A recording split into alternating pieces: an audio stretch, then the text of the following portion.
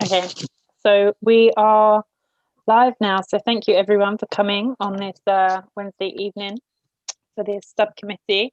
I will be the chair for the evening, if that's obviously okay with everyone. So I'll now go on to the agenda. So if anyone has any declarations of interest, this is your opportunity to make them known. No, so I will move on. So I'll just have a brief read of the procedure for this review hearing. So this is guidance. Obviously, we've appointed the chair, which is myself. We'll then hear an outline of the case from the licensing team. And the officers may be asked questions at any time by members of the committee and by the parties present in order to clarify issues relevant to the case or relating to the Licensing Act 2003 and the Council's licensing policy.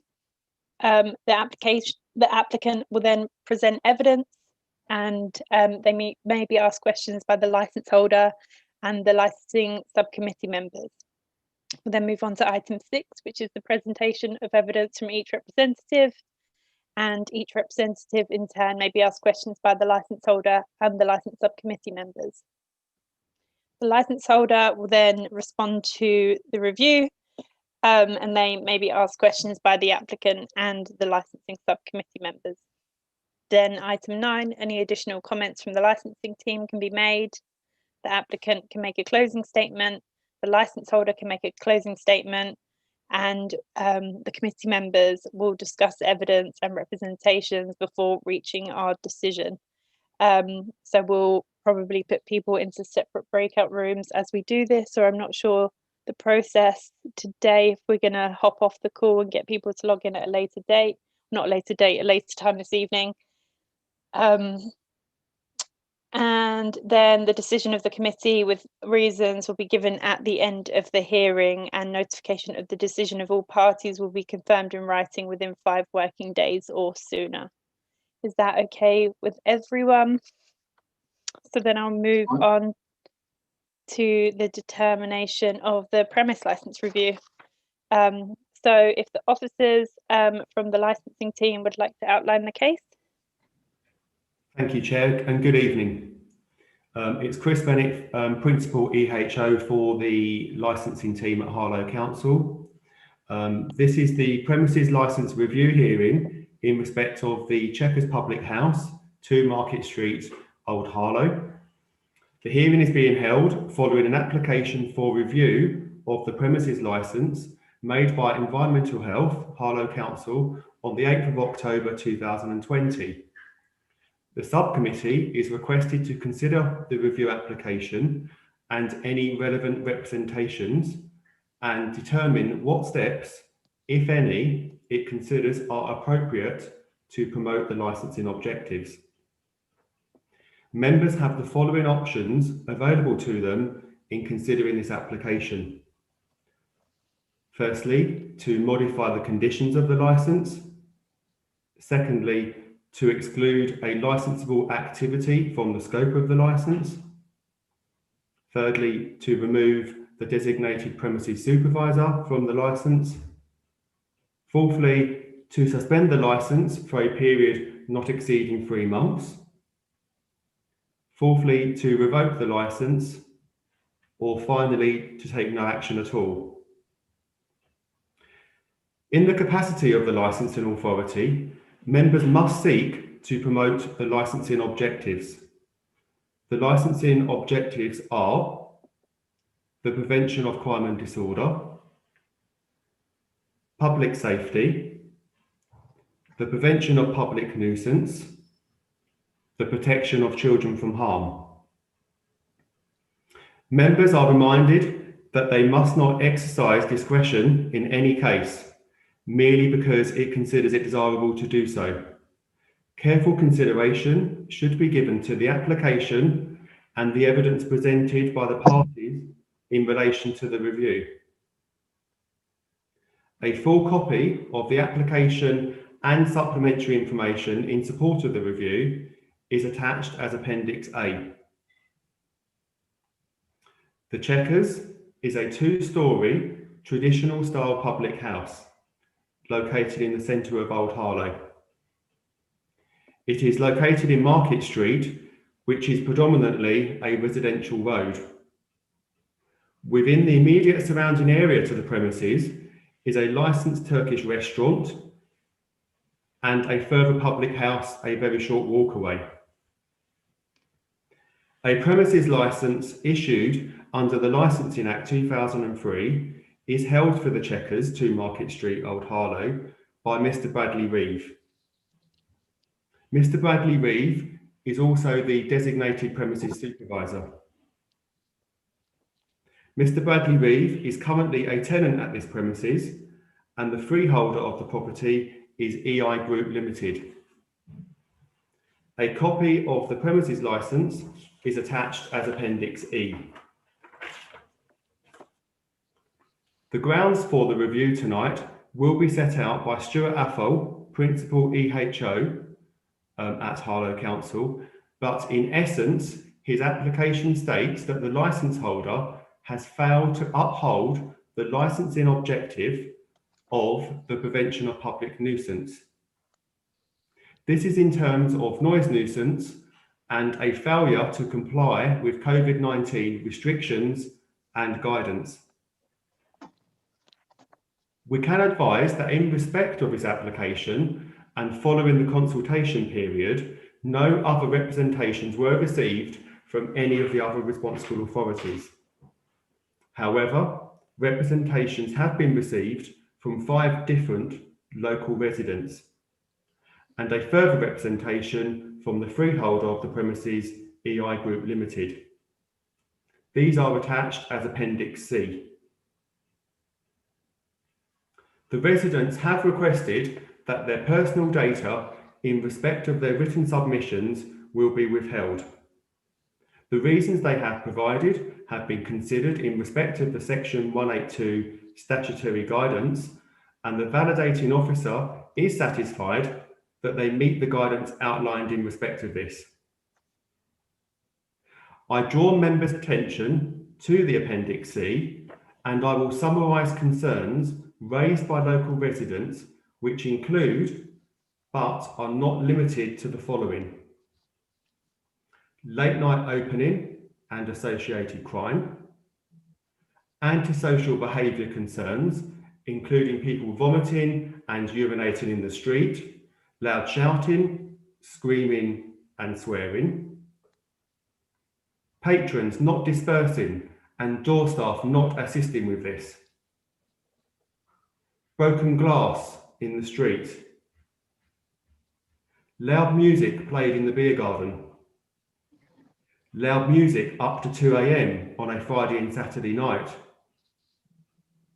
location not considered suitable for Ibiza style or pseudo nightclub or live DJs, crime concerns including regular fights and concerns about drug dealing in the vicinity, lots of evidence and paraphernalia of nitrous oxide canisters in the vicinity, a disregard for COVID-19 restrictions and guidance, and finally, a disregard for the local community.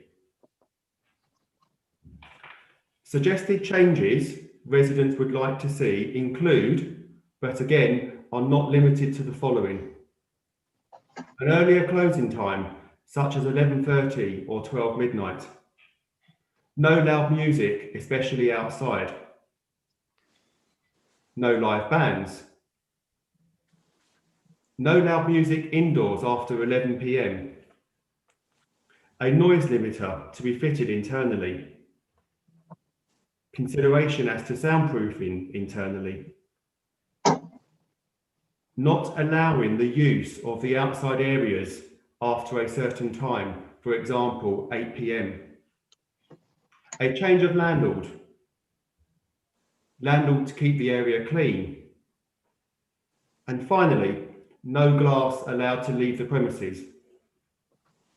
I will now hand you over to my colleague, Mrs. Rachel Crouch, Senior Licensing Officer, who will talk you through the premises history. Thank you. Thank you, Chris. Good evening. So my name's Rachel. I'm the Senior Licensing Officer for Harlow Council, and I'll just go through some of the history in respect of this premises. So in reviewing the history in respect to this premises, I can advise that Mr. Bradley Reeve, the premises licence holder and DPS, has had direct responsibility and control of this premises dating back to 2013. Whilst Mr. Reeve has not personally been the premises licence holder for this duration, he has been the director of the companies that previously held the premises licence and continued to be the DPS.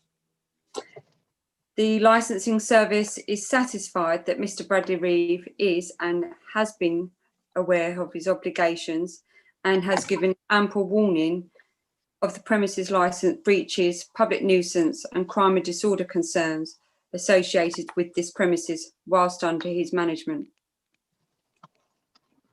We have outlined in the report that this premises came to our attention as a result of an increase of complaints received in respect to the premises, specifically following the 4th of July this year, when premises could reopen following a period of lockdown as a result of the COVID pandemic.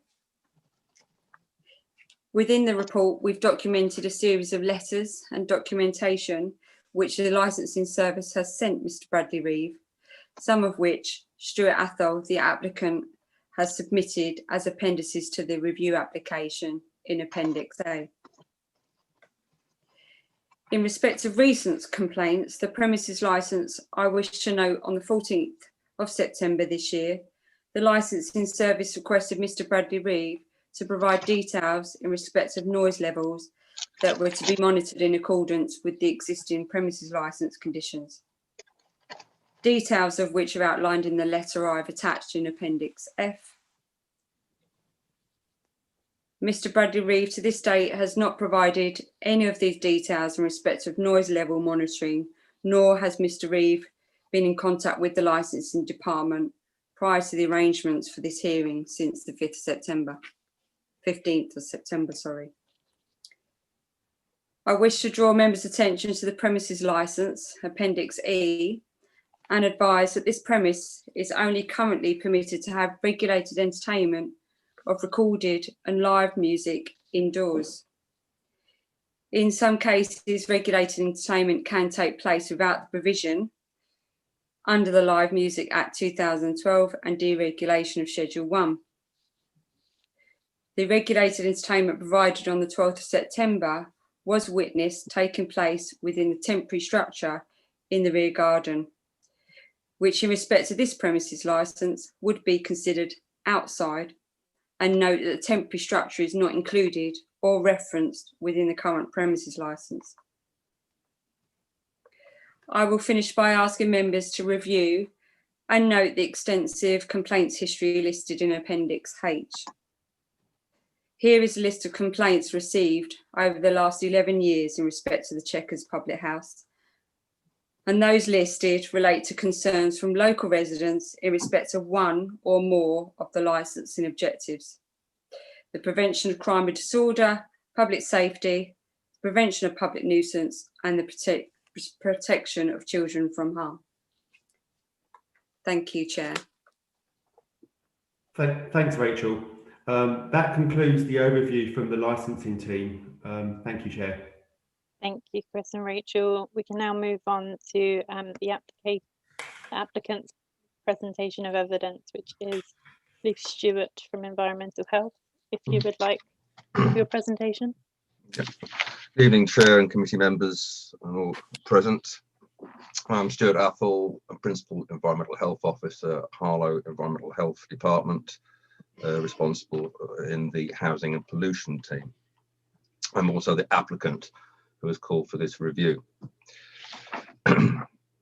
This opening statement will consist in two parts, with part one addressing concerns regarding public nuisance and noise, with the second part looking at public nuisance and the failure to implement proper precautions against the spread of COVID-19. This second part will be addressed by my colleague, Mr. Pitt. With regard to public nuisance and noise, I would wish to bring to this committee's attention the information contained within the relevant part of the application document, which lists a category of noise nuisance dating back nearly 7 years. The nuisance in question is predominantly that of amplified music being played at such a volume as to cause disturbance to nearby neighbouring houses and thereby interfering with the residents' quiet enjoyment of their properties. This is coupled with the voices of the patrons.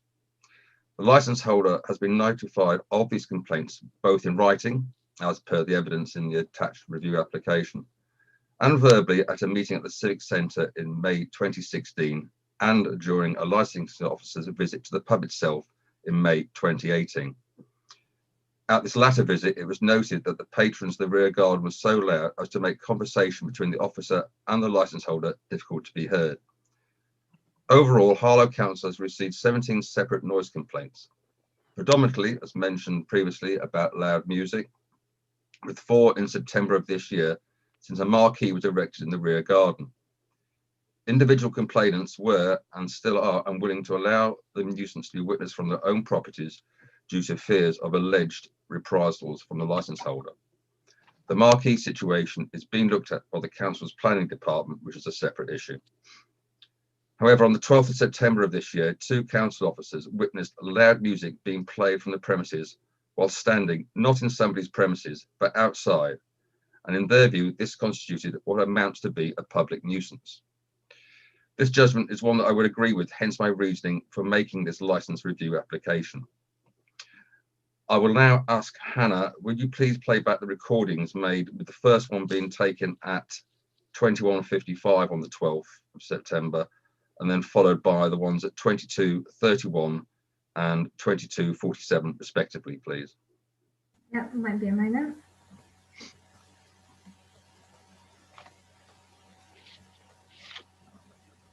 Can you all see my screen okay? Yep. Yeah, okay, I'm just going to play the first one.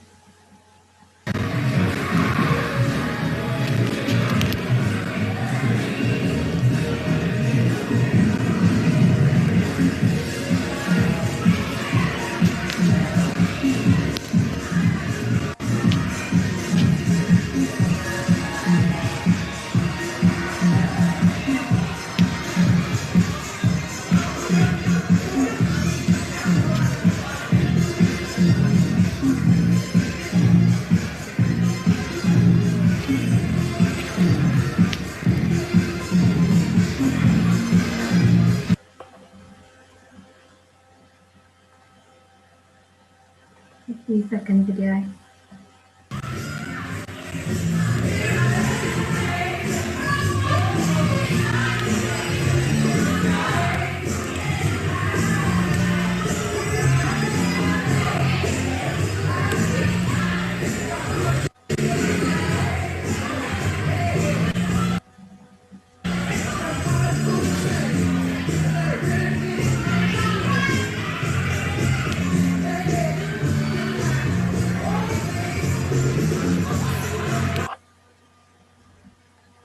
And the third video.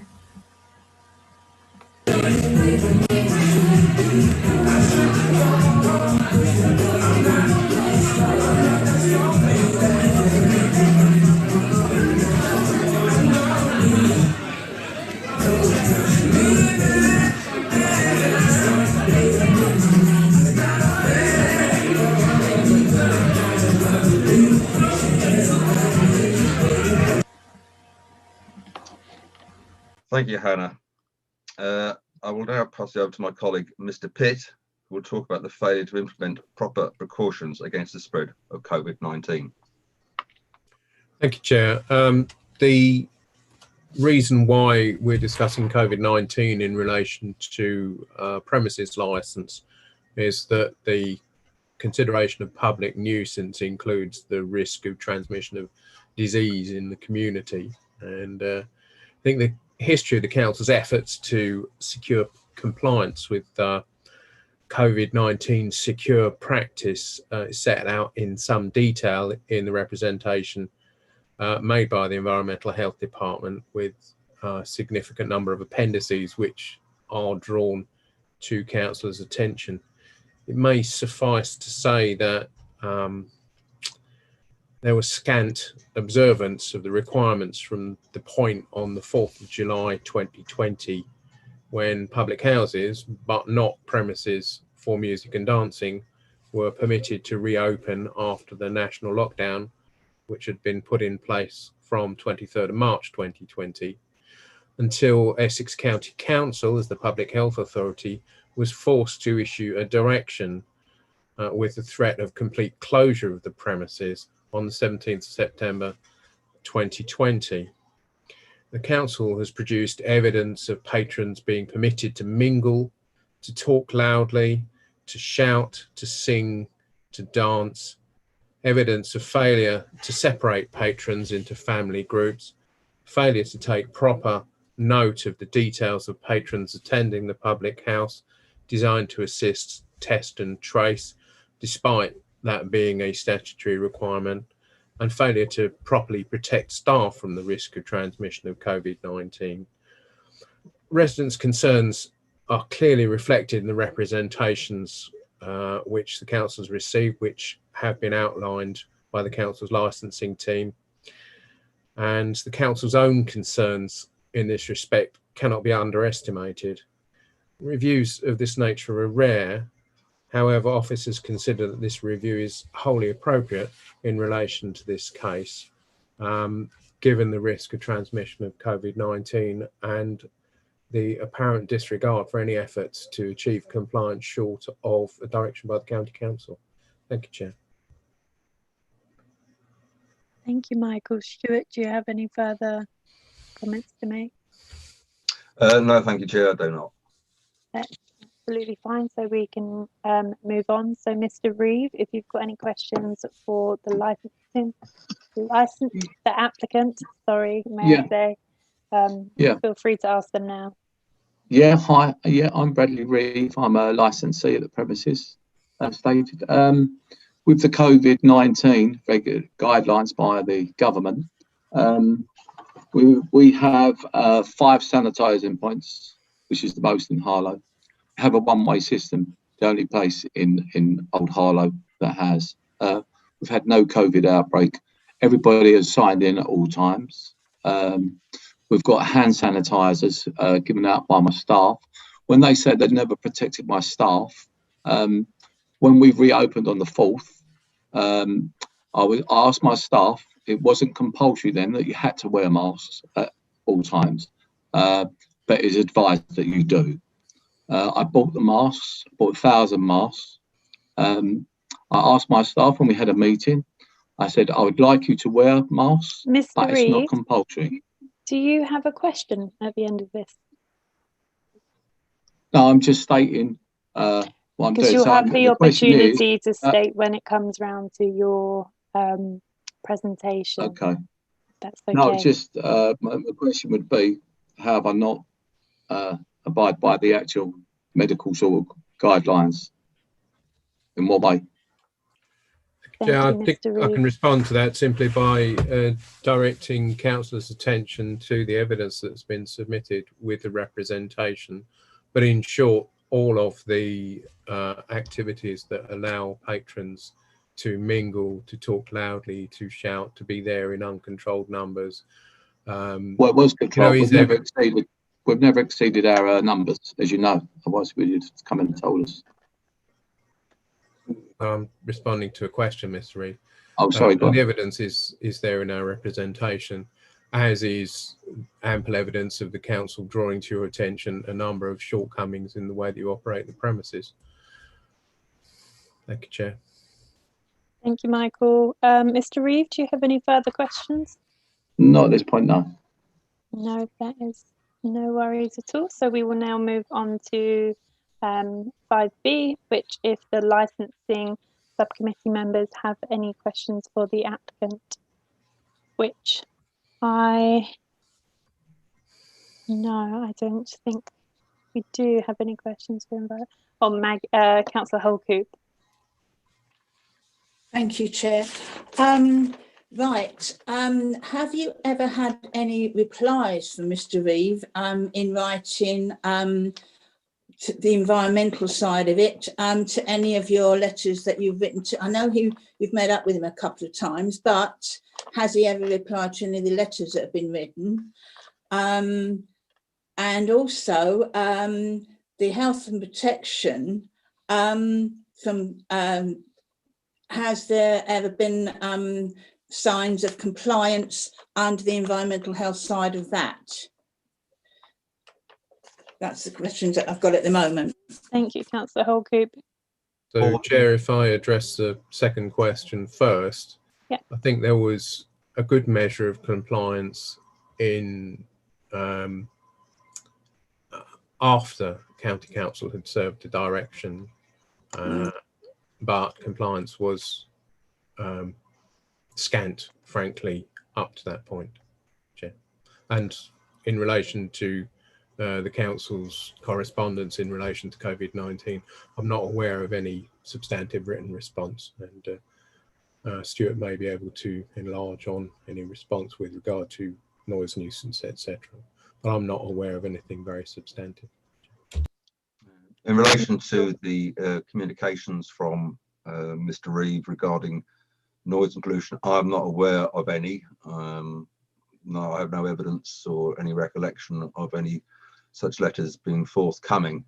Mostly it was from what I understand, is verbal communications.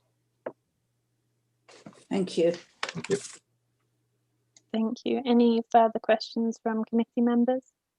I don't have any questions either, so we can move on to the presentation of evidence from each representative, which I understand is EI Group, and who won't be presenting evidence. That's correct. Okay, so we can move on. Chair, in relation to that, you've got written representations that have been submitted by the residents.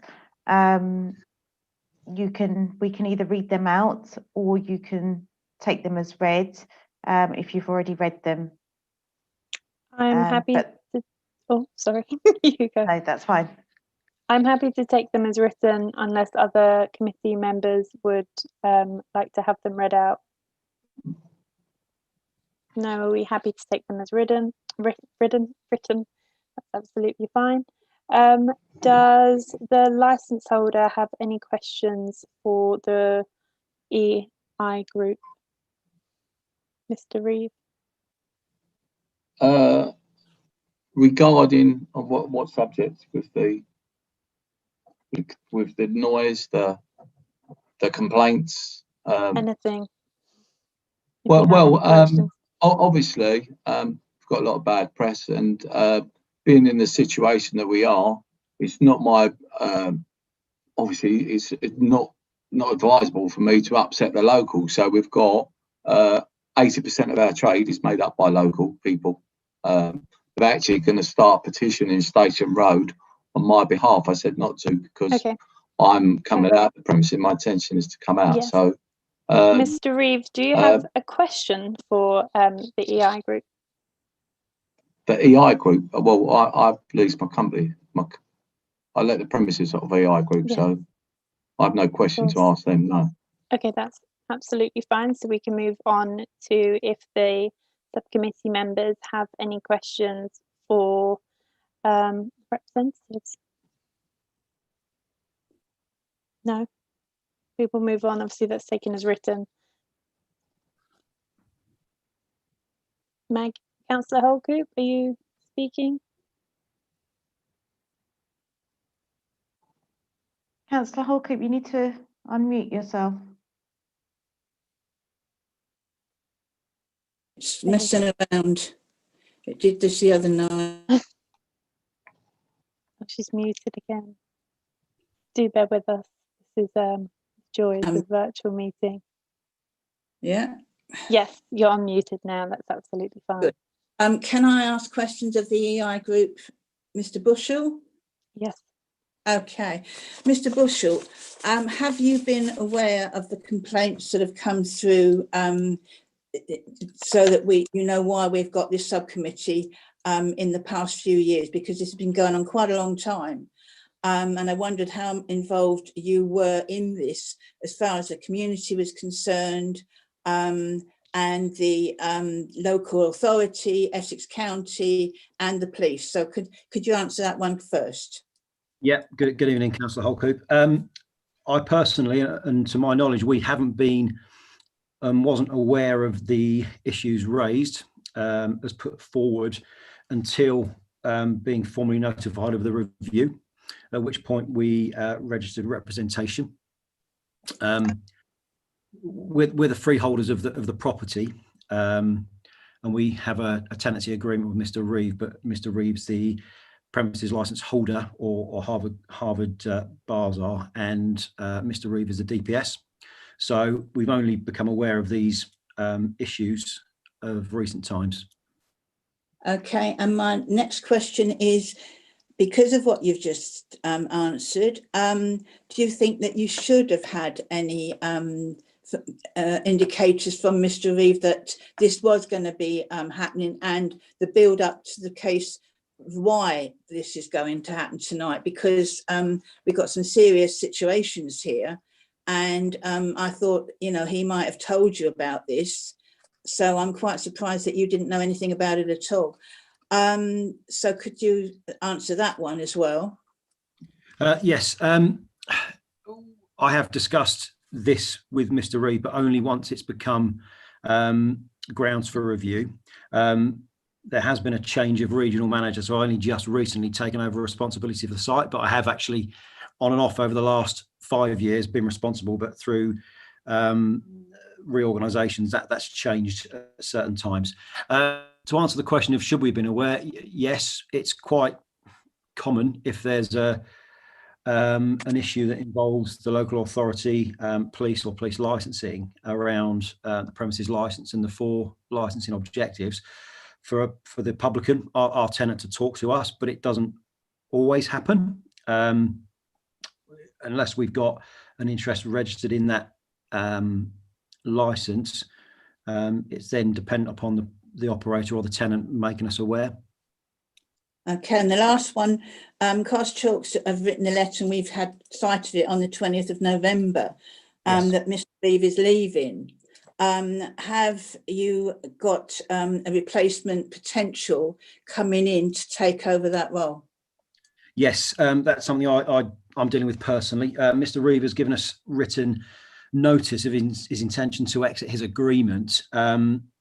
We are looking to make that change imminently, and that's likely to happen prior to Christmas, so probably within the next 3 to 4 weeks. I'm responsible for recruiting new tenants, and I'm fairly down the road with that process. I've got 2 potential and suitable applicants lined up that, subject to this hearing tonight and the outputs of that, I will then agree when and how they're going to take occupation of the premises. Both of those hold premises license, have operated licensed premises before, and we believe are fit to operate the premises and hold the agreement with us. Thank you. Thank you, Chair. Thank you, Councillor Holcoop and Mr. Bushell. Are there any further questions from committee members? I think you covered my questions there. So, Sorry. Councillor Watson. Can I just ask, you're saying that Mr. Reeve has given notice, and apologies, I haven't fully understood the letter, but my concern, I guess, would be that that's all a procedure that is taking place. Should you find it difficult to, or there be a change to your plans to recruit new owners, and Mr. Reeve decided to withdraw his notice, would there be a risk that Mr. Reeve would stay on? Yeah, no, that's a good question. Mr. Reeve's notice is contractual, and it's 9 months from the date he puts that in writing to us. So his actual notice, forgive me, I haven't got the exact date, but it's in June next year. For a number of reasons, the review of this licence included, we've agreed with Mr. Reeve we will look to replace and take him from his obligation with us sooner rather than later. I am a fair way down the road in recruiting. So I'm absolutely confident that we'll be able to recruit new tenants very, very soon. And I'm actually sort of progressing that as we speak.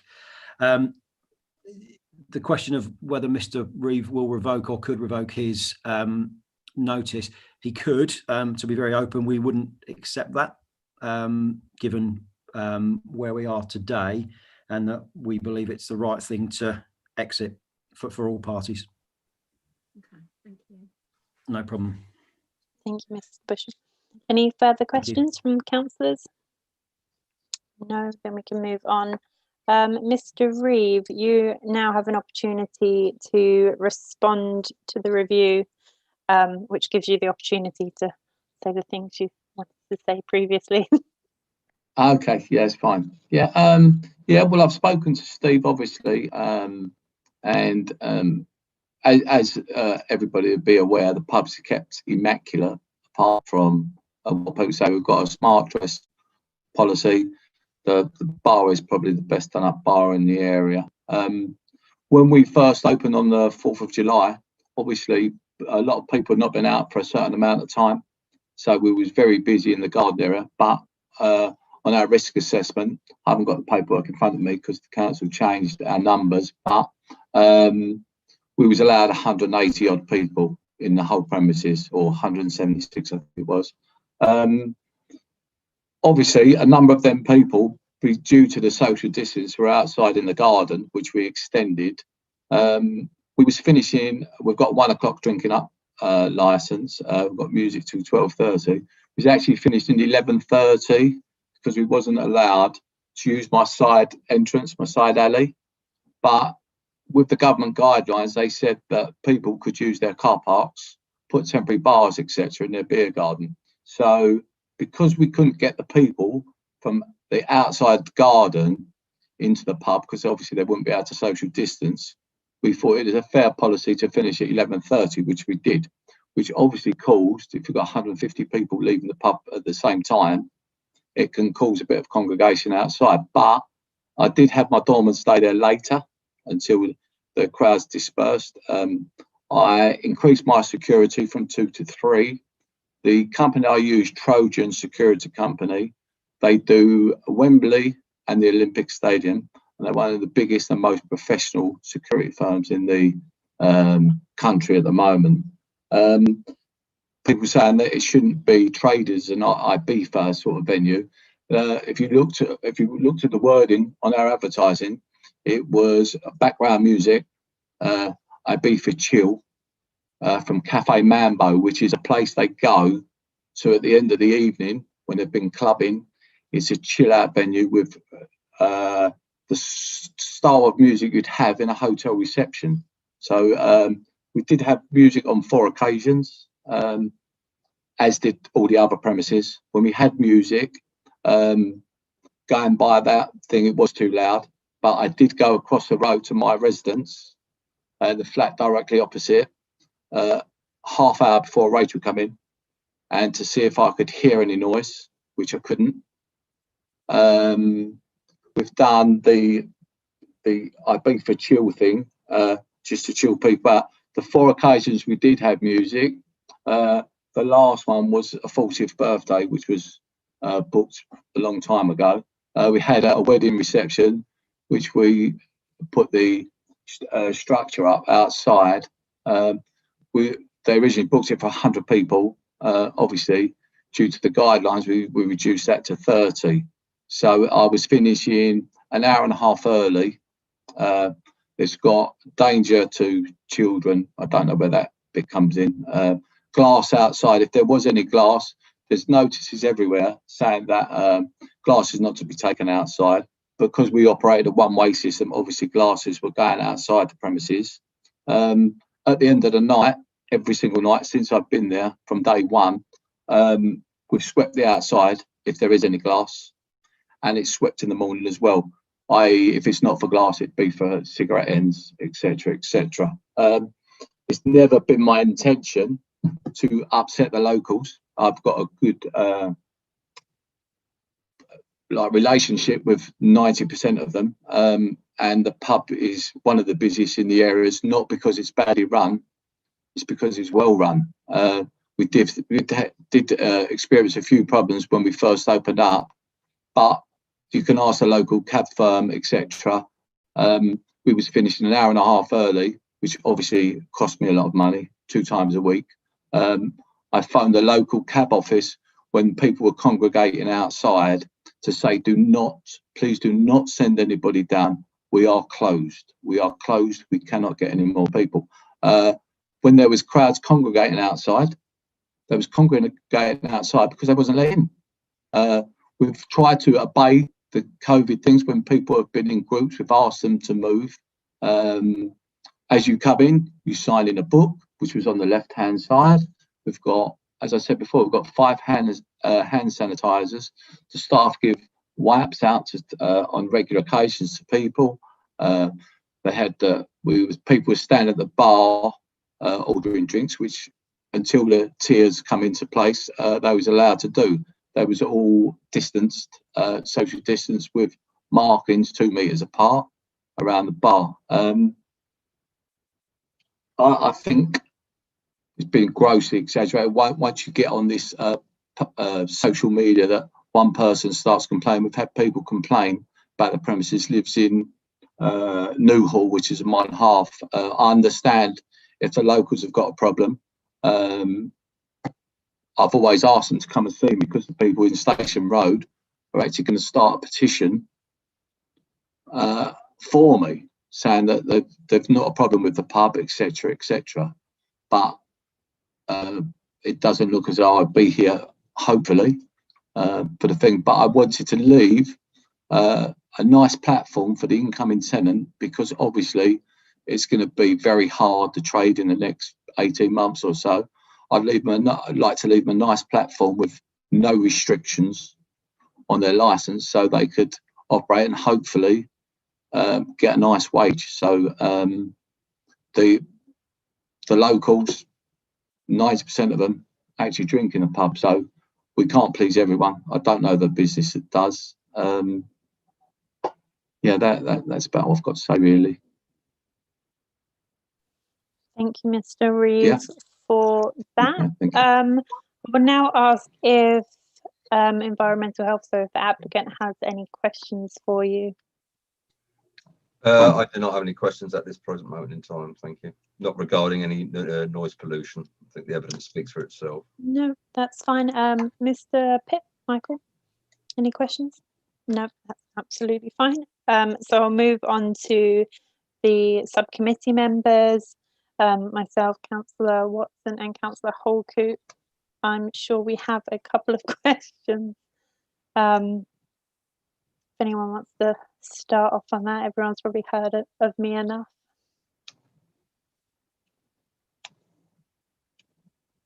This is Councillor Holcoop again, having technical issues. Bear with us one moment. Sorry, Mr. Reeves. Yes, you're unmuted now. Right, thank you, dear. Okay, Mr. Reeve. The way you're describing the pub and the actions that have been taken sound extremely good, but there's a lot of evidence we've got here that contradicts that statement. Before COVID, during COVID, and it goes back, some of it, to 2009 and 2013 coming forward. So I mean, we've just heard the video ourselves tonight about the music, and that sounded live on my iPad with the flashing lights as well. So first of all, I'd like to know why you haven't replied to the letters that you've received from environmental health and the licensing team, and emails, and if you can answer that one first. Well, I've had verbal communication with them, so. But you didn't reply to letters when they said, you know, if there's an issue, don't hesitate to contact us. Essex said the same thing when they did the letter in October. Wondered why you didn't reply to that, because that was a very serious thing that they were doing, the direction of public health. Yeah, Why well, I didn't- didn't understand the direction thing, because when I asked people, they didn't know what a direction was. But then why didn't you go to Essex County? They're the ones who did it. Yeah, well, they said if you don't follow these guidelines, which we thought we was doing, something would happen, like the directions ordered. But I was asking people in general, and nobody knew what a direction was. Okay. We've had indicators of people being sick in people's gardens, of people urinating. What's that to do with? What they've seen them walk out of my pub and do that, because obviously there's They've seen two pubs, four restaurants, and the pub across the road's got one. I've got a license, so they've seen them walk from my pub and go into somebody's garden. Is that what you're saying? You're saying that didn't happen from your pub? Well, I'm not saying it didn't, but are you saying it did? Well, I'm asking you that one because that's. Well, I wouldn't know, would I? Because I don't follow the people down the street. Okay. So when it comes to the shelter that was put up, which is under planning, which has nothing to do with us, why did you put that during COVID? Why did I put it up? During the COVID period? Yeah, because it was put up, wasn't it? Yeah, well, obviously, the government said that you could put up, you could use your beer garden to trade from. You could put temporary bars outside, being a temporary structure, and winter come in, rain, etc. Obviously, my bar can only hold 26 people, and obviously we can't get living with 26 people, so we needed that outside space. We wasn't allowed to use our walkway for some reason. We wasn't allowed to use that, so we put up a temporary structure which was not made. I wasn't aware that it needed planning, and when somebody from the council come down, they said that scaffolding's got to be down in 2 days, but the planning officer said it hasn't. He said you've got 28 days to appeal. You won't get planning permission, but you have 28 days to appeal. So I didn't know what right the person from the council had to say that the structure's got to be down in 2 days, because it was a great expense to me. It's £4,000, so we could continue trading, and that's the reason. Okay, and the last one I've got is the EI group. Why didn't they know until the notification of this actual subcommittee agenda that there was a problem? What, with the planning or in the pub? No, with the whole thing, the complaints, etc. Why did they not know? Because they're the bit there. Well, I was under the impression that they would have known, because normally beforehand, over the years, they've always informed me, said we've had this complaint or a certain issue, and they've always informed me and asked me if I've got the letter. So I was under the impression that they know. So we've changed area managers. So you're saying as well then that there's been history in the past where you've had letters. Thank you, Chair. Well, you know that, yeah. Right. Okay, thank you, Chair. Thank you, Councillor Holgoop. I do have another question, if that's okay for you, Mr. Reeve. Are you always present at your premises when there's an event on, or when it's open and ready? Okay, that's absolutely fine. Thank you. I'd also like to quote, if you don't mind. I've got 30 years experience in the licence trade. I've held a licence for 32 years. I've operated in Tower Hamlets, no problem. Southend and other areas in Essex. So I'm not inexperienced. So obviously my objective is to get a good living and not upset anybody. Unfortunately, that's not always been the case, but that's my objective. Thank you, Mr. Reeve. And I do have just another question. In terms of your licence conditions, how do you monitor say noise, staff training, who's on shift at certain times? What's kind of your process for monitoring that? Well, we've got a staff rota. I've got 5 people that hold a personal licence that work for me, plus Glyn Evans, who's a retired police officer.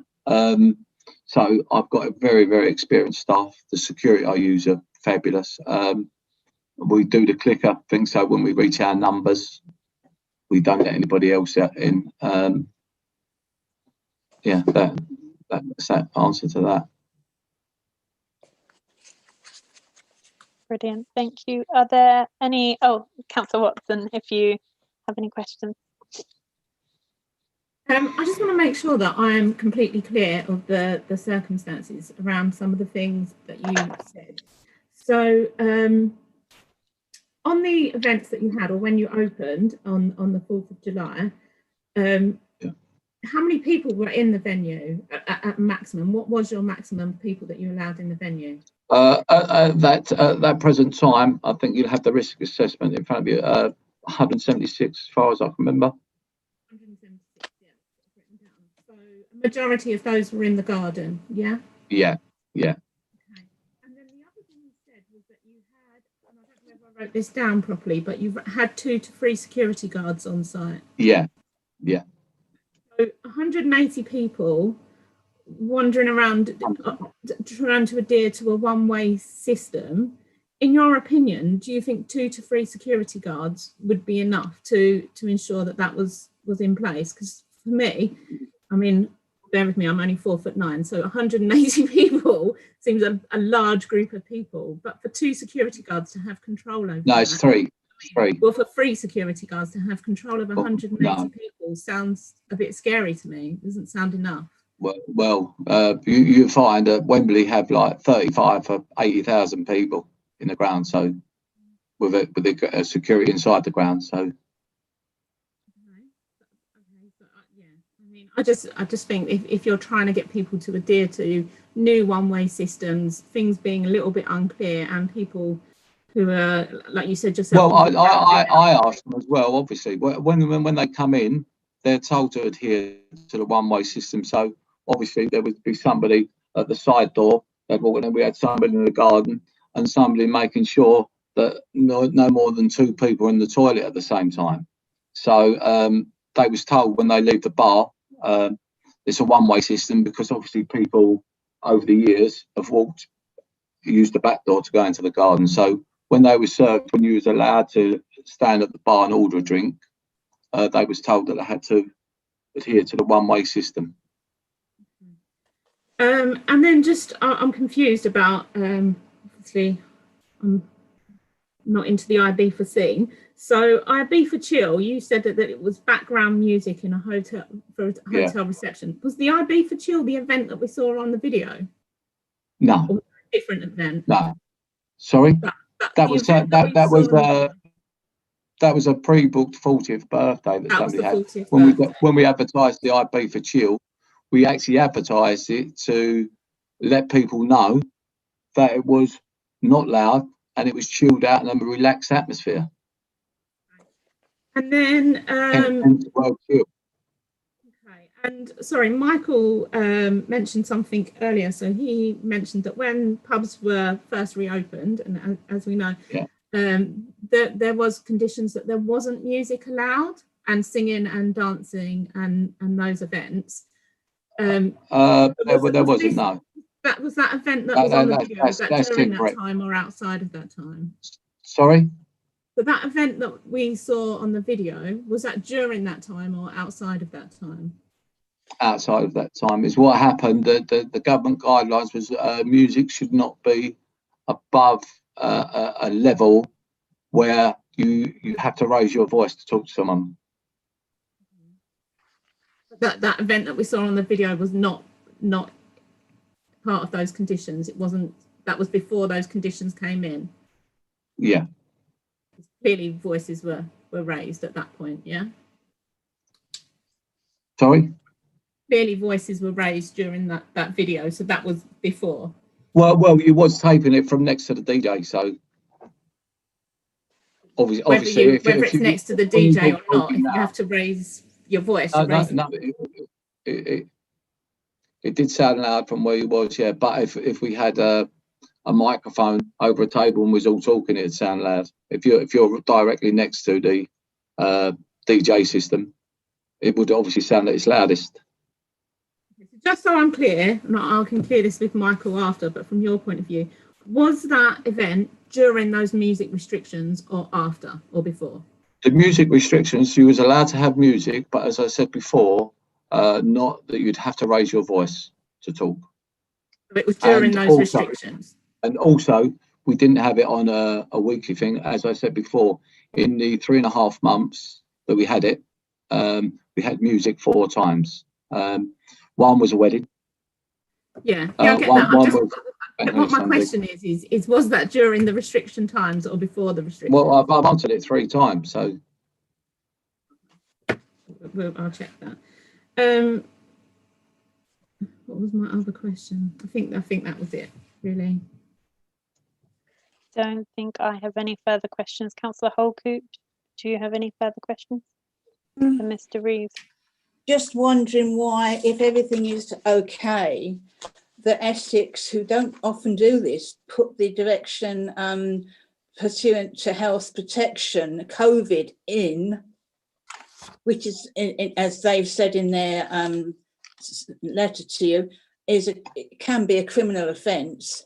And also the compliance was ignored. Well, the case is built up, Mr. Reeves, and it doesn't look, in the sense that you're describing it, the same sense I'm looking at from the paperwork I've got here, because we wouldn't be here in subcommittee if that was the case. So some of the things you're coming back with, if that was as it is, we wouldn't be sitting here. But what I've said is correct. You've asked me a question, I've answered them. Yeah, but I'm asking you now, why you think Essex has gone to the trouble of doing this health protection COVID against the Chequers, if everything you're saying and complying with is in place? They wouldn't. Well, what happened? Because once you get people, they've sort of whipped people into a frenzy of anti the pub, and people drive past, see a crowd outside the pub. The crowd being outside the pub because I wasn't allowed in. So to keep our numbers at the level that we was allowed. So if people drive past, they go, "That's terrible. Look, he's not applying by the rules. What's going on there?" So, but it wasn't what it seemed. Then people were standing outside because they wasn't allowed in. But you've also got the environmental health that is the applicant here, building up evidence, pages 21 through, the evidence that involves Essex and it involves Harlow Council as well. Licensing team, but mostly the environmental health. They've come on more than one occasion and noticed things that, like the video we've just seen, that was from them. That's one, yeah. It can't be peace and goodwill if we've had the evidence that's come through tonight. How can that? Well, I actually got no goodwill because it's what happened. As I said, because you're allowed to make anonymous phone calls. When the police arrived one Friday evening, when we finished at 11:30, we got a group of pensioners are drinking there, which obviously that I could bring them up because they're in the bar now. They were drinking in the bar, I think 12 o'clock, drinking up, waiting for their cabs to come. We'd shut the bar at 11:30. I let them wait inside because they was pensioners. Police stormed through the door, 2 police wagons and an ambulance. Nothing happening inside. Asked all the people, the pensioners and 4 of my friends, to leave the bar. I said, "What's the problem?" They said, "There's a big fight. There's been reported a big fight." I said, "Well, it's not. There's nothing happened at all." The road was empty at that time. Plus, I got CCTV in the road. So obviously, on the social media and on the thing, it was called to the Chequers. When I asked the police officer why they was called, he told me, and I said, "But it's an anonymous phone call. Why did you send them that amount of people?" He said, "Well, the police can sometimes agitate a situation." And I said, "Yeah, but it's all the people are going to see on their social media thing is 2 police cars outside and an ambulance, which would suggest to people that there's been a major incident in there when there wasn't." Okay, Mr. Reeve, thank you. Thank you, Chair. Thank you, Councillor Holcoop. Any further questions Councillor Watson. Clearly, Mr. Reeve, your venue is popular. You've had 100 and something people there on occasions, but obviously that has upset neighbours and has caused problems, and there's valid complaints that environmental health have picked up. So after the success of your first events, when you had loud music and things like that, did you not think that it would be advisable to run events via booking, or so that you could control the number of people within your venue and not have that issue where people were hanging around outside because you'd exceeded your number and they couldn't get in? No, we didn't exceed our number. They was hanging about outside because we didn't exceed our number, because they wanted to come in. That's what I'm saying. So to prevent people hanging around outside because you'd exceeded your number, if it had been a booked and planned event and advertised as a booked and like ticket only, or bookings only, then you could have reduced that problem and reduced the number of complaints that you'd received. So was that not something that ever came? Well, other venues. It would do now, because it's obviously after the event, because we only had 4 events. But obviously, as you know, because you've done your due diligence, I wasn't the only bar playing music, and in some places they was paying to go in and watch live bands. So I wasn't that, but obviously, if the situation arose, we are discussing your venue, not other venues. Yeah, fine. Yeah. That's why I wouldn't give no names. But yeah, but I do know that obviously I had the most attention because I probably got the most complaints. But I've had it in there when when the police have been there for 40 minutes with nothing wrong, but it brings to people's attention. They made sure that they've known that they was in there, and obviously people think there's a problem when there wasn't. And when I asked them why was there for that long, they just said the way we do that everywhere. And I said, well, virtually impossible, because you couldn't spend 40 minutes in every pub in Harlow. We didn't have enough time. So just going back to my original question around controlling the disappointment of people coming to your building and not being able to get in, were you advised that there were complaints? You said you had 4 occasions with those events. Were you advised that there were complaints in between? Yeah, but it's what happens if we don't know where the complaints have come from. If I say to 6 people, well, I'm sorry, you can't come in, which has happened with 2 of my neighbours before when they abused me and I didn't let them in, and they put in a complaint. It's very hard, you know what I mean? If we don't know where the complaints come from, you could just, I could read all them people that could have made a complaint. How do we know whether they're just? If there's that music that they play down there living next to it, but all the property surrounding my area, all the houses in Station Road down the side of my beer garden are rented, owned by one person, rented. All the back things, the OAPs, which drink in the pub on a regular basis, they're rented. Across the road, they're rented. So nobody is being forced to live there and is held there because they've got a freehold and they're trying to sell. Never, ever been my intention to upset the neighbours and the locals, because obviously it wouldn't make business sense for me to do that. Okay, so I guess I just have one final question then. And clearly, you're saying that it's not your intention to upset your neighbours. So can I just ask what precautions you put in place as a result of the complaints that you'd received and the information you'd received from the environmental health team and the licensing team and the police? What changes did you make to your to the way you planned and run events to kind of reduce the level of complaints? Well, we obviously stop the music outside. We don't have no music inside because obviously we can't get the numbers inside. But when they're visited, since Rachel and her colleague come down, every time the police have come down, I've asked them, and obviously we get the most regular visits from anyone in Harlow. Every time they've been in since that occasion, I've asked them. I haven't said to them, is everything fine? I've said to them, is everything perfect? And they've always replied yes. And I asked them whether they did or didn't. Could you put that on your report? and 2 of them said yes, the others sort of nonchalantly said yeah, okay. But also, if you look at our reviews, apart from the bad ones that you've got yourself, we've got 5-star reviews. We're not busy because it's a badly run pub, or it's a dive and it's a druggy pub, or whatever, or it's a big youngsters pub. I'm 59.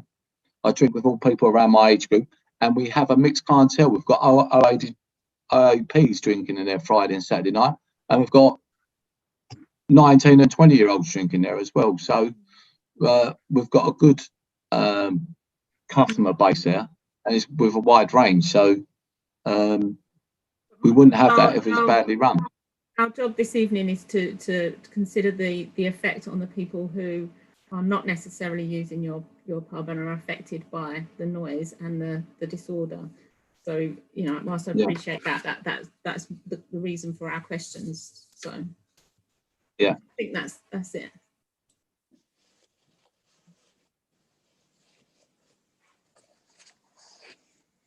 I was muted. That was the first time that's happened before. Normally it happens a lot more. Thank you, Councillor Watson, Councillor Holgroup, for your questions, and thank you, Mr. Reeve, for taking the time to answer them.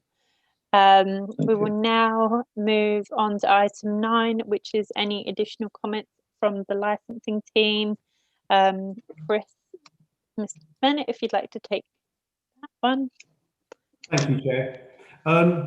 Members must take into account all evidence provided before them tonight, including evidence from environmental health, the licence holder, the representation submitted by local residents, and from the freeholder, EI Group Limited. Members must also be mindful of Harlow Council's licensing policy, relevant case law, and the statutory guidance under section 182. This guidance is specified in the committee report in sections 8 and 9, and particular reference should be made to paragraphs 2.18 to 2.21 and section 11 of the statutory guidance, section 182 guidance. Upon conclusion of this hearing tonight, the following steps that the licensing authority can take, if any, are the modification of the conditions of the premises licence. Modification can include the alteration or modification of existing conditions or addition of any new conditions, including those that restrict the times at which licensable activities authorised by the licence can take place.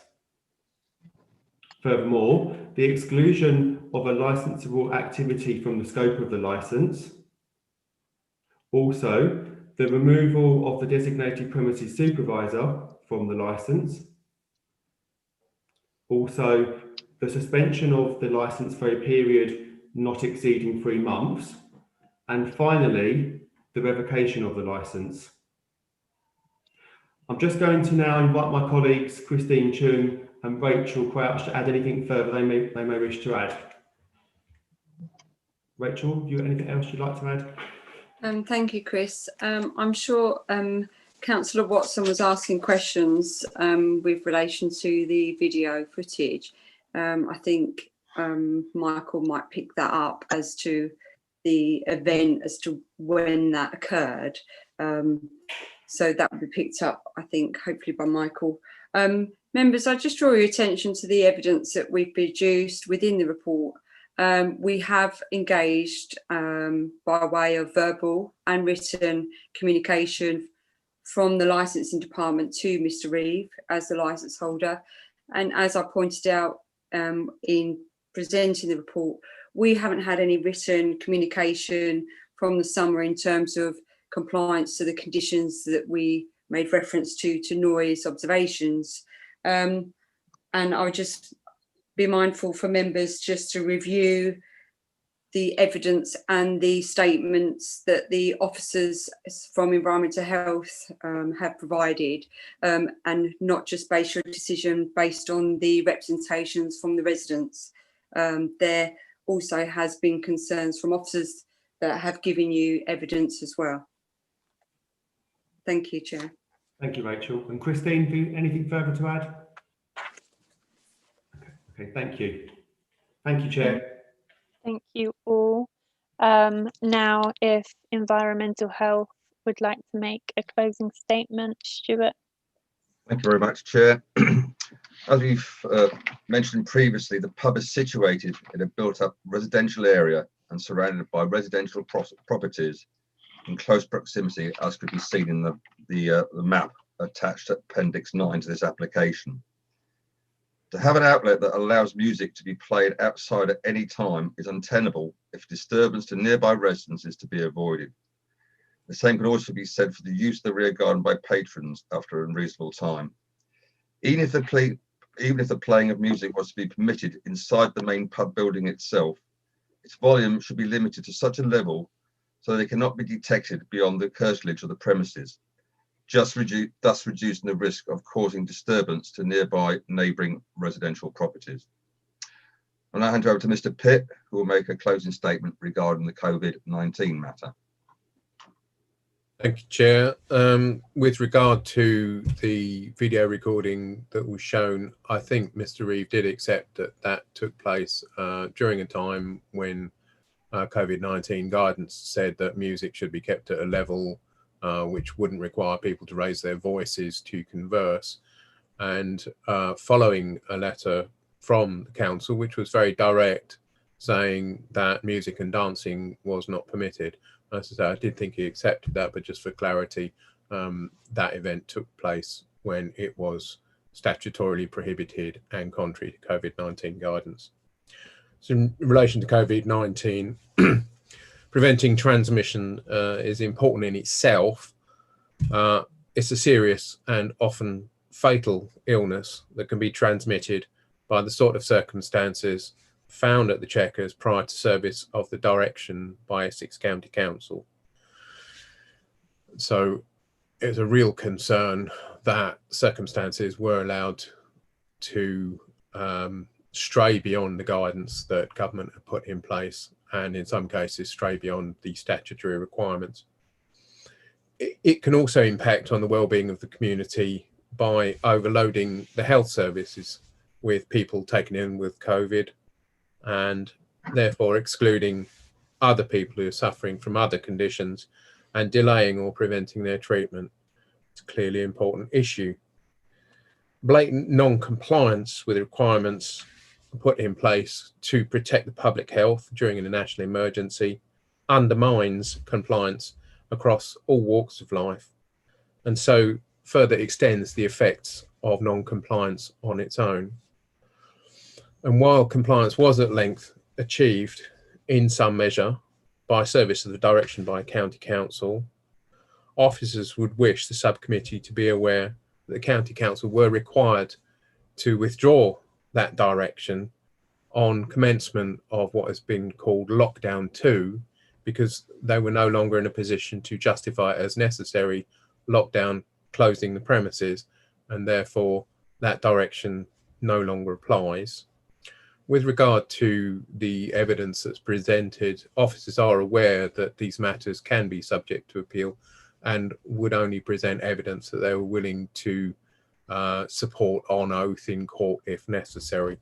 And where there are conflicts between what officers said and what Mr. Reeve has said, I think it's important to bear that in mind. Given the extensive advice, warnings and enforcement action that preceded the direction with limited effect on compliance, officers can have little confidence in voluntary compliance with requirements from the current licensee in the absence of similar strictures to those in the direction being put in place. And the license that is currently in place has been substantially the same since it was issued in 2005. And it's widely considered that the Licensing Act 2003 was originally over deregulatory, and that the pendulum should be allowed to swing back from that. And it is therefore considered that it would be quite appropriate to have the right conditions on a pub in these circumstances that can prevent nuisance and can contain non-compliance. Thank you, Chair. Thank you, Michael. Are there any further closing statements from the applicant? No. So, Mr. Reeve, feel free to make your closing statement now. Yeah, since we have that incident with the music on the last one that was recorded, we had recorded things, and the police will inform you. I've asked them on each occasion they've visited if there's a problem. They've said no. I've asked them if it's perfect. They've said yes. I've been in contact with all my neighbours, and I've informed them that the temporary structure, that obviously is a bit of an eyesore, is a temporary structure, obviously put there to help us trade through the COVID situation. And as I said before, people in Station Road wanted to put a petition up to support me.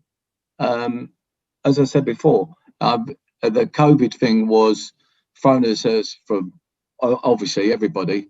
It was a situation that was new. The situation was people had not been out for 4 months. We're the most popular pub in Harlow. Everybody wanted to come here. We did finish early. We did have crowds outside, but the crowds were outside because we wasn't letting them in. I did increase my security, and as I said, as far as I'm aware, I'm the only bar in Harlow itself that hasn't been affected by the COVID. I know people can be unlucky in catching it, but the 3 local premises close to me have all been shut at various times due to the COVID infection. So yeah, that's all I can really say. Really, it's not my intention to upset anybody. I try to run a respectable, nice business, and unfortunately, with the present situation, we're a success over the years has made us. There's been a problem for us, not a problem for me, but obviously the neighbours. Going forward, we'd restrict. Well, I've never had no problem with having a sound monitor in. When I asked Rachel when she'd come, I did ask her how many decibels we was over, and she said we was just over. She didn't say to me we was X amount over, because as I said before, because I thought the music might disturb the neighbours, I did go into 2 of the neighbours' houses before and during the music, and we couldn't hear anything. So summing up, that's about it. Going forward, hopefully the new tenant won't have no restrictions on him and can trade and take the points you've put forward into his trading policy. So yeah, that's it. Thank you, Mr. Reeve. So Thank I you. think we will now be put into breakout rooms, if that's correct, whilst committee members discuss their whilst committee members discuss the evidence representations and their decision. So if we'll move on to that now, I'm not sure who's Hannah's probably the best person to advise that. I'll wait for you a couple of minutes, okay? Thank you.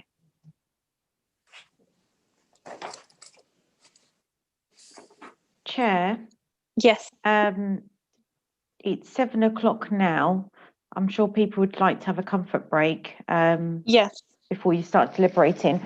Hannah, is there the option for people to rejoin again after a certain amount of time, or if they stay in the breakout room? Maybe just mute and take the video off. Perhaps it'd be best if I assign people to a breakout room, and if they mute their video and turn off their video and mute their microphone, and then I would suggest that's probably the best option. And then once I close the breakout rooms, everyone will come back in. Is that okay, Chair? Yeah, that's absolutely fine. Should we come back about 7:15 then, if that's okay with everyone? Would anyone like a little bit longer? No, that's Want fine. to sit around dinner? I don't know. Perfect. Okay, let's do that, and then we'll be in the breakout rooms at 7:15. Thank you, Hannah.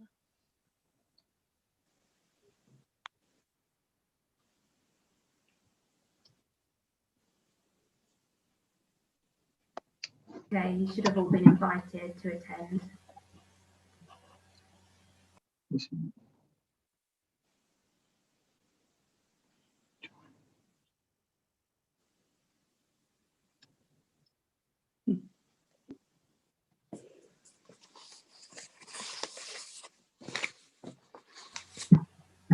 Councillor Holcourt, do you have a message to join in the breakout room? Yeah. Yeah.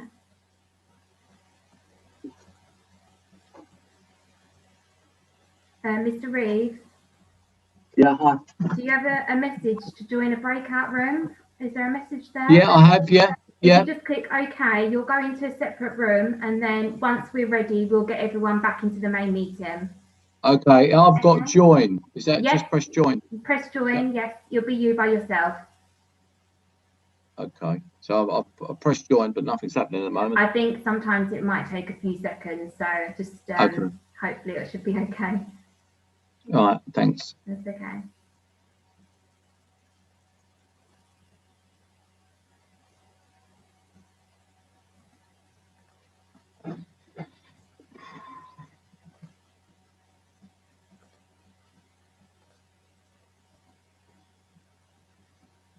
Is it saying anything there for you? I'm not going into this room. I'm just pressing join. There's nothing's happening. Okay, if you'd like to, you can leave the meeting. There should be a button that says leave the meeting, and then attempt to rejoin. Like I can't move you to another room.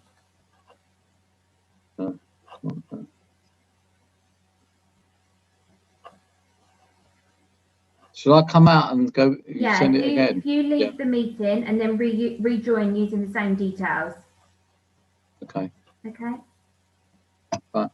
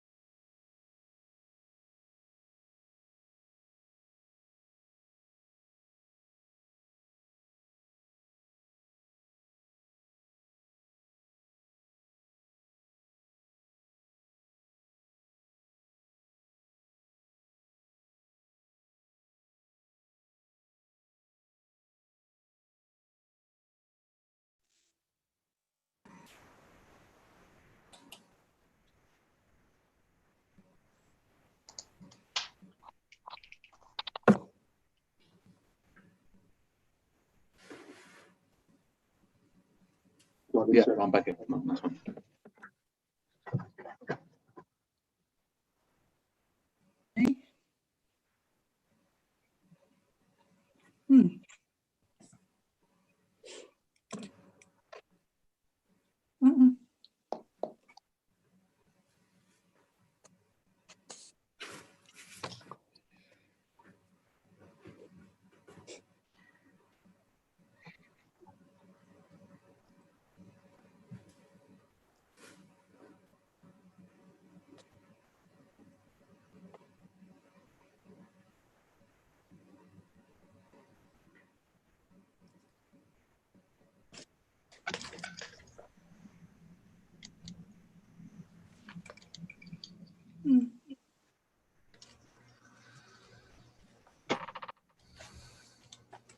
Chair, I think we're all back in now. Okay, we're all back in. Thank you everyone for your patience. What we will do is everyone can, obviously apart from the subcommittee members, is free to leave and return at 8 p.m. if everyone's happy with that, so you can have a chance to grab some dinner. And then we will reach a decision and obviously let you know the outcome at 8 p.m. on all of your returns. So do join back using the same link that you initially joined with, and we'll see you in about 40 minutes. Thank you everyone for your patience. Thank you. So we're regrouping at 8 p.m. Yeah. Yes, 8 p.m. Yeah. Okay, lovely. All right. Thank you. No worries. See you all soon.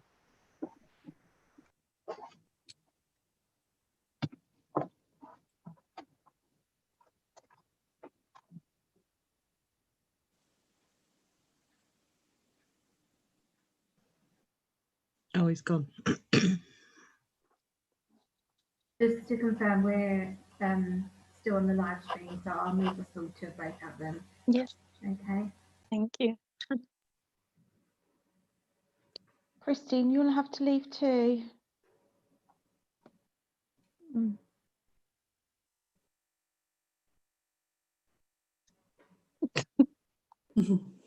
Okay. Light behind me is really annoying.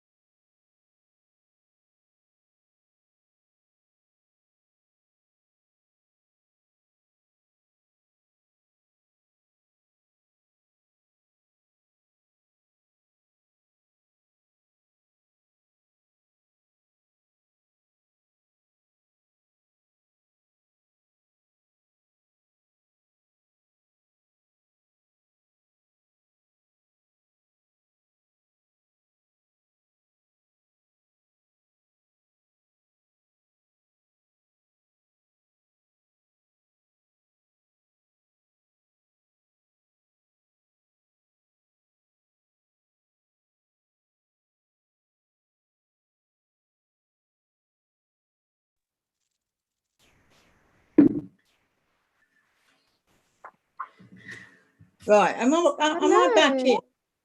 Okay, so now Right, I'm everyone back. can join this one. To confirm we're on live stream, I'm going to let everyone in from the waiting room, okay? Mhm. Okay. Just join in now.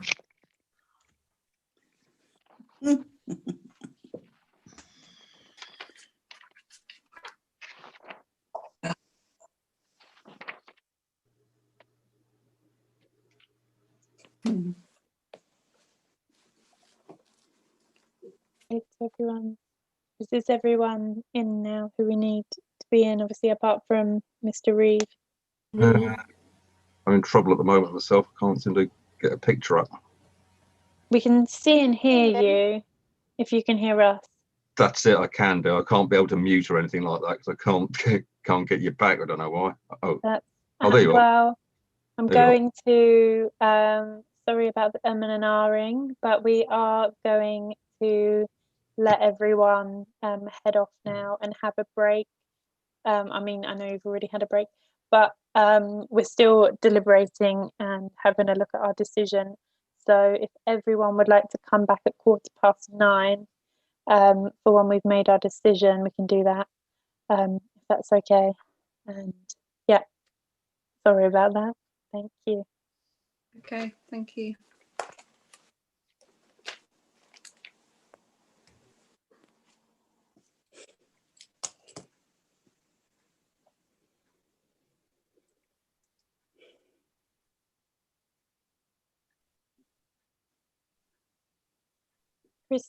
Christine, you're still here.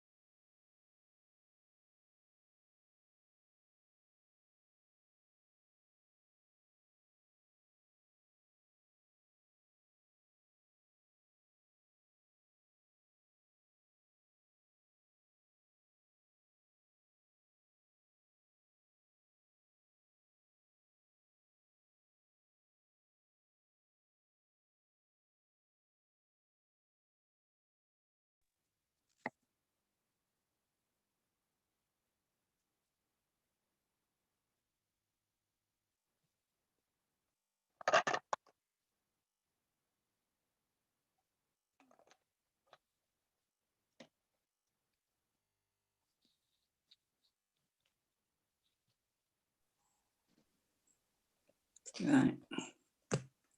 Yay.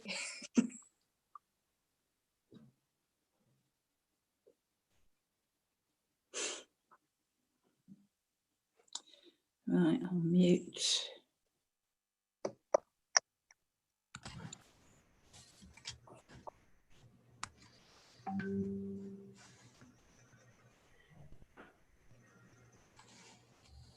Is everyone back in now who we were Yeah. expecting? Yes, Chair, yeah.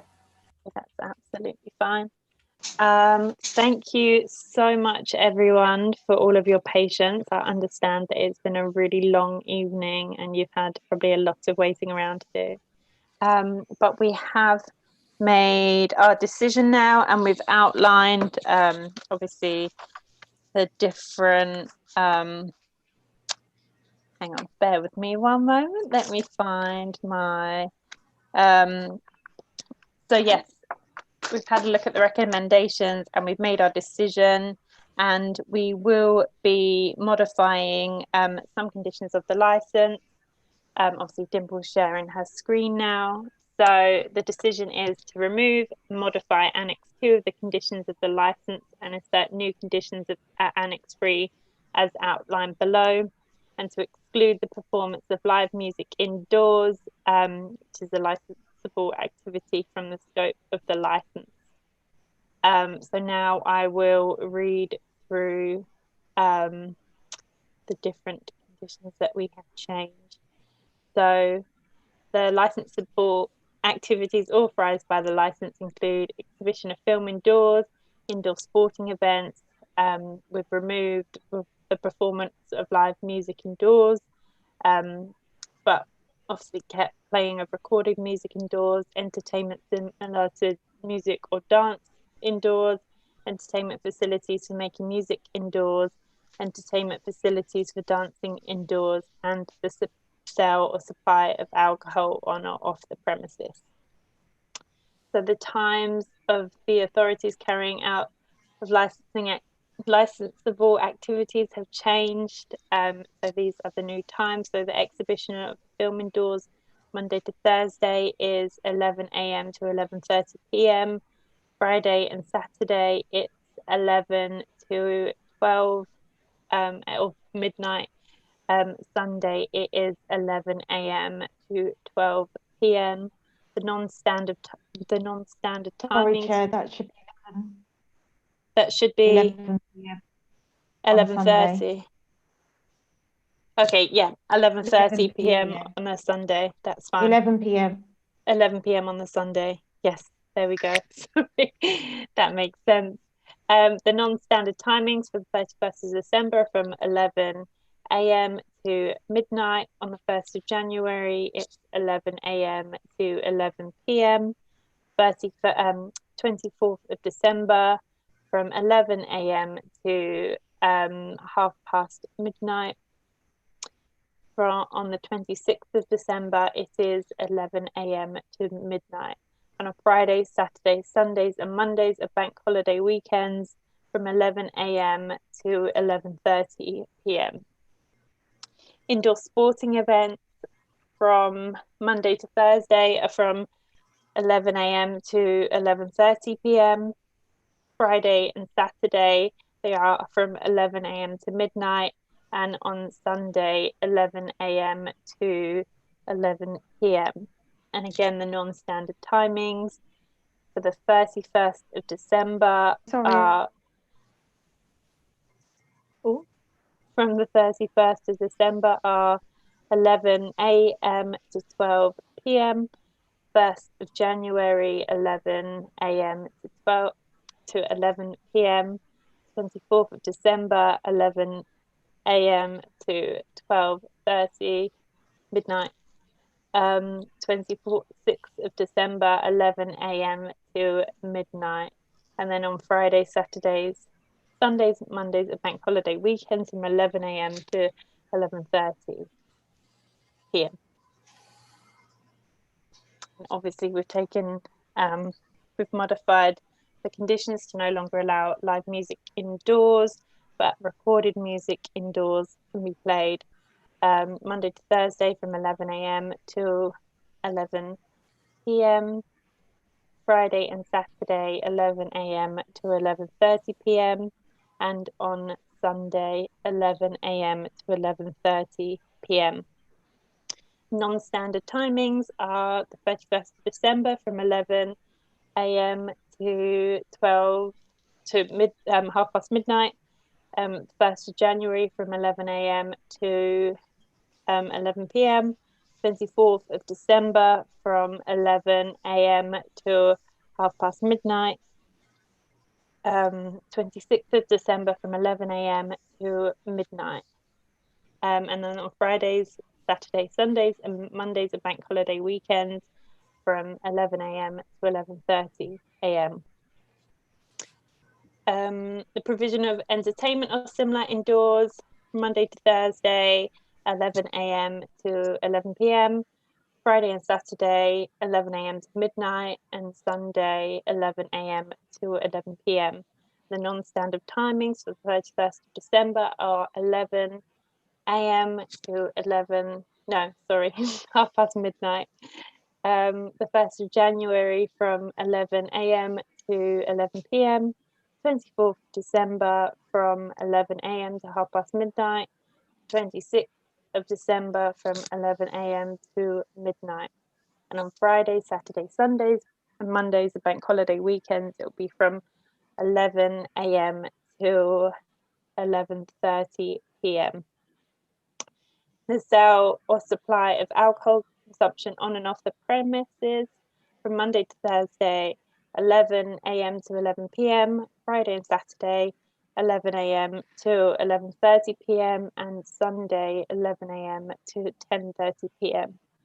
And the non-standard timings for this are on the 31st of December from 11 a.m. to half past midnight, on the 1st of January from 11 a.m. to 11 p.m, the 24th of December from 11 a.m. to half past midnight, and on the 26th of December from 11 a.m. to midnight. And then on Fridays, Saturdays, Sundays, and Mondays, the bank holiday weekends from 11 a.m. to 11:30 p.m. Move on. You're probably all getting sick of my voice. And the opening hours of the premises will now be Monday 11 a.m. to 11:30 p.m, Tuesday 11 a.m. to 11:30 p.m, Wednesday 11 a.m. to 11:30 p.m, Thursday 11 a.m. to 11:30 p.m, Friday 11 a.m. to midnight, Saturday 11 a.m. to midnight, and Sunday 11 a.m. to 11 p.m. And the non-standard opening hours of the premises are on the 24th of December from 11 a.m. to half past midnight, the 26th of December 11 a.m. to half past midnight, 31st of December 11 a.m. to 1 a.m, 1st of January 11 a.m. to half 11 p.m, and the 2nd of January from 11 a.m. to half past 11 p.m. Then on Fridays, Saturdays, Sundays, and Mondays, the bank holiday weekends from 11 a.m. to midnight. And then moving on to Annex 2, in essence, propose that all conditions in Annex 2 will be removed or modified, move to Annex 3. So condition 2.1, license capacity of premises are no longer specified. We've removed that condition. 2.2 is no longer needed, so we've removed that condition. 2.3 is no longer needed, so we've removed that condition. 2.4, we've modified this condition and replaced it with a better description of outside drinking area and reviewed the times, which you'll see in the public nuisance section below for the new proposed condition. 2.5, we've modified this condition and you will see in the public nuisance section below for the new proposed condition. 2.6, we've modified this condition, and again you will see below in the public nuisance section for the new proposed condition. 2.7 is no longer needed, so we have removed that condition. Bear with me, let's just have a sip of water. So Annex 3, New conditions, so 3.0, the performance of live music indoors is prohibited at all times. So we'll move on to the prevention of crime and disorder. 3.1, on Fridays, Saturdays, and in addition at all times where there is regulated entertainment, at least 2 SIA licensed door supervisors should be on duty at the premises at all times whilst the premises is open and for at least 30 minutes after the premises is closed.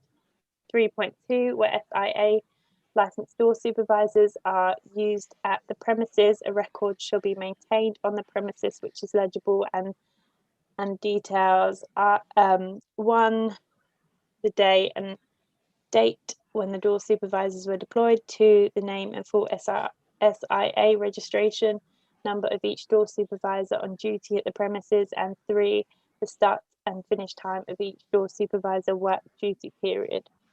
This record shall be retained on the premises for 31 days and be immediately provided to police or licensing authority staff upon reasonable request.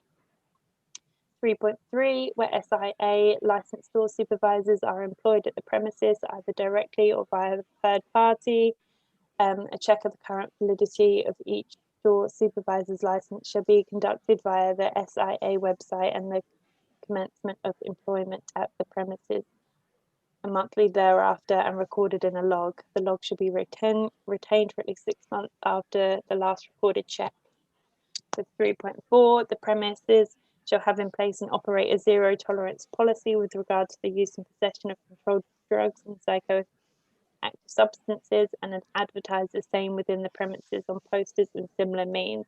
This policy shall specifically include but not be limited to searching practices upon entry, dealing with patrons suspected of using drugs on the premises, scrutiny of spaces including toilets or outside areas, clear supervision, clear expectations of staff roles including the DPS, managers, supervisors and door supervisors, staff training regarding identification of suspicious activity and what action to take, the handling of items suspected to be illegal drugs or psychoactive substances, steps taken to discourage and disrupt drug use on the premises, steps taken to inform patrons of the premises drug policy practices.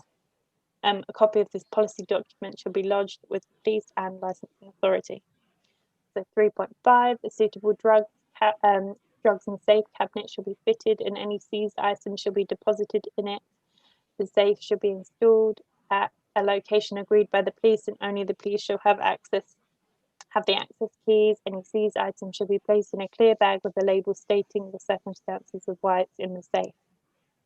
3.6, during the period in which the premises is open for licensable activities, the toilet should be checked on at least on an hourly basis for the purpose of detecting and deterring the use of any controlled drugs and psychoactive substances and by maintaining public safety. A record of these checks shall be maintained. Sorry, I've lost it. A record of these checks shall be maintained with the date, time, and condition of the toilets and staff member conducting the check. These records shall be made contemporaneously retained at the premises for at least 3 months and made available immediately upon demand to the police or licensing authority staff. 3.7, the premises shall have installed and maintained a closed circuit television surveillance system, CCTV, which at all times complies with the below requirements. CCTV will be provided in the form of a recordable system capable of providing pictures of evidential quality in all lighting conditions, particularly facial recognition. CCTV cameras shall cover all public areas, including all entrances and exits, and all areas where the sale of alcohol takes place, and in particular will capture those persons entering and leaving the toilet areas. A CCTV monitor or monitors will be positioned so that bar staff can view selected cameras at all times. Those cameras facing the toilets will be selected for viewing at all times. The monitors must not be capable of being viewed by anyone other than staff. Equipment must be maintained in good working order, be correct The time and date stamped recordings must be kept in good working order and kept for a minimum period of 31 days. At all times, whilst the premises is open for licensable activities, that are members of staff able to immediately provide viewable copies of the recordings to the police or licensing authority staff upon reasonable request. The recording equipment and data storage devices shall be kept in a secure environment and fitted with security functions such as passwords to prevent recordings being tampered with. An operational daily log report must be maintained and endorsed by signature, indicating the system has been checked and is compliant. In the event of any failure, this will be recorded immediately. 3.8, signs must be displayed at all entrances and on the entrances to toilet facilities, advising customers that CCTV is operating at the premises and shall be a minimum size of 200 by 1.8 millimeters and clearly legible at all times when the premises conducts licensable activities. 3.9, no alcohol may be supplied by an individual unless that individual has written the consent of the designated premises supervisor. A written record of this consent must be retained on the premises at all times when such an individual supplies or proposes to supply alcohol, and be made immediately available upon reasonable request of the police or licensing authority. 3.10, an incident log shall be kept at the premises and made immediately available to police or licensing authority staff upon reasonable request. The log must be completed as soon as possible, and in any case within 4 hours of the occurrence, and shall record the following: all crimes reported to the venue, all ejections of patrons, any complaints received concerning crime and disorder, any incidents of disorder, all seizures of drugs or offensive weapons, and any faults in a CCTV system, searching equipment or scanning equipment mandated as a condition of the license. The incident log shall either be electronic or maintained in a bound document with individually numbered pages and be retained for at least 12 months from the date of the last entry. So moving on to public safety, 3.11, no drinks shall be served in glass containers for consumption in the garden or at the front of the premises. 3.12, the designated premises supervisor shall ensure tables are cleared inside and outside of the premises of all bottles and glasses on a regular basis during trading hours to avoid an accumulation of glassware. The prevention of public nuisance, so 3.13, beer garden and all external areas, including the covered areas to the right-hand side of the main public house as viewed from Market Street, building and covered areas at the rear of the main building shall only be open to customers from 11 AM to 9 PM. Adequate notices should be displayed in appropriate locations to ensure that this information is brought to the attention of patrons. The licensee shall make appropriate management arrangements to ensure that patrons do not occupy these areas at any other time. 3.14, no equipment for the reproduction of music shall be placed on the outside of the premises or on the outside of any building forming a part of the premises or sited in the beer garden and all external areas, including the covered areas to the right-hand side of the main public house as viewed from Market Street, and the covered areas at the rear of the main building. The playing of live or recorded music in the outside areas, all areas that do not form the main public house building, is prohibited. 3.15, clear and legible notices must be prominently displayed at all exits, requesting customers to respect local residents and leave the area quietly. These signs should be a minimum size of 200 by 148 millimeters. 3.6, which is a modification of 2.6, except when being used for entry or egress by a patron, all external windows and doors in the licensable area shall be kept shut after 9 PM and at all times when music other than incidental background music is being played inside the premises. 3.7, which is a modification of 2.5, during the playing of recorded music, excluding incidental background music. You must carry out a perimeter checks every 30 minutes to ensure background music cannot be heard at nearby neighbouring properties. Records of these checks shall be made contemporaneously to include dates and times retained at the premises for at least 3 months and be made available immediately upon demand to police or licensing authority staff or other responsible authorities. 3.18, a written dispersal policy will be formulated, implemented, and provided to the licensing authority, which shall include but not be confined to how patrons leaving the premises shall be directed away from the premises. Our patrons will be informed of the services of taxi and private hire operators. What staff will be responsible for supervising those leaving the premises and how they will supervise such persons. Any wind down periods, methods to prevent re-entry to the premises, and how bottles and glasses will be prevented from being removed from the premises at closing time. 3.19, there shall be a documented smoking policy that is compliant with the Health Act 2006 and implemented at the premises. Notices shall be prominently displayed at any designated area for smoking, requesting patrons to respect the needs of local residents and use the area quietly. Staff shall monitor customers smoking outside the premises on a regular basis and ensure patrons do not cause a public nuisance. Outside tables and chairs in the beer garden shall be rendered unusable by 9 p.m. each day. Patrons permitted to temporarily leave and re-enter the premises, e.g. to smoke, shall not be permitted to take drinks or glass containers with them. 3.20, whether licensable activities could give rise to litter being dropped in the vicinity of the premises, the measures in place may prevent this occurring and or to tidy up should be demonstrated. Such measures could include regular litter inspections during the hours of operation and at the close of business, the placing of litter bins in prominent areas of the premises, reducing packaging and the use of branded packaging. At the end of training each day, the pavement from the building line to the curb edge immediately outside the premises, including gutter channel at its junction with the curb edge, shall be swept or washed, and litter and sweepings collected and stored in accordance with the approved waste storage arrangements. The premises and immediate surrounding area should be kept clean and from litter at all times. The premises are kept open to the public.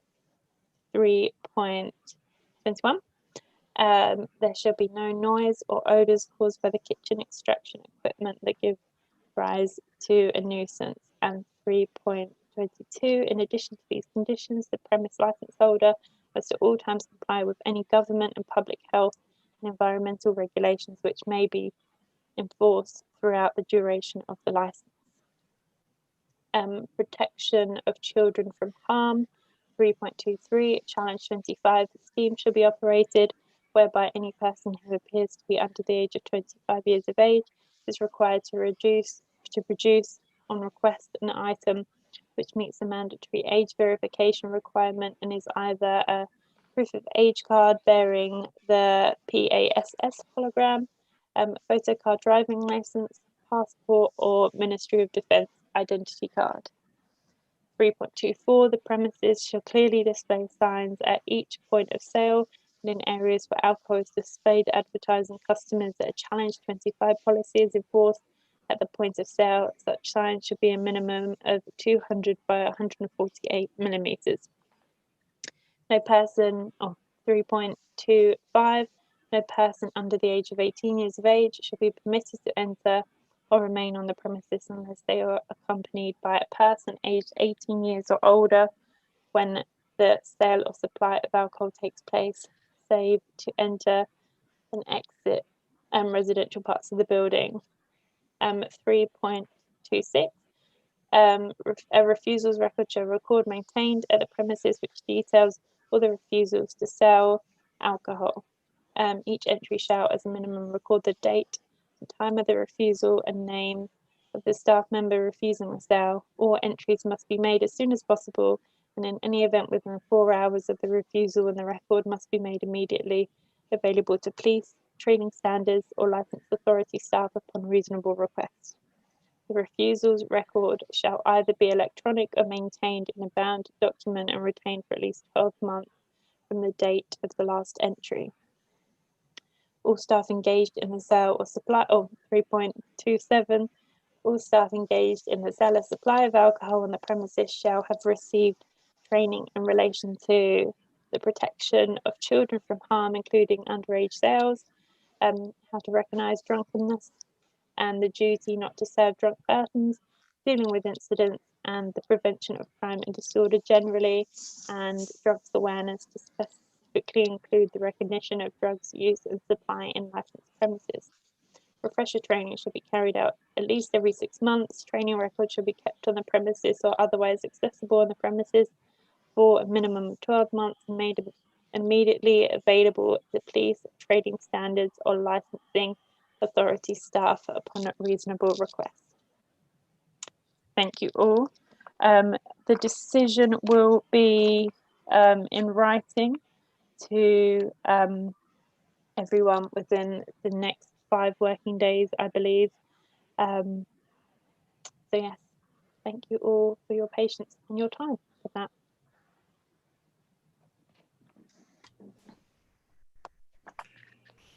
I believe if anyone has any, if there's no further questions or thing, we are all good to log off now. But yeah, thank you all for your patience, and yeah.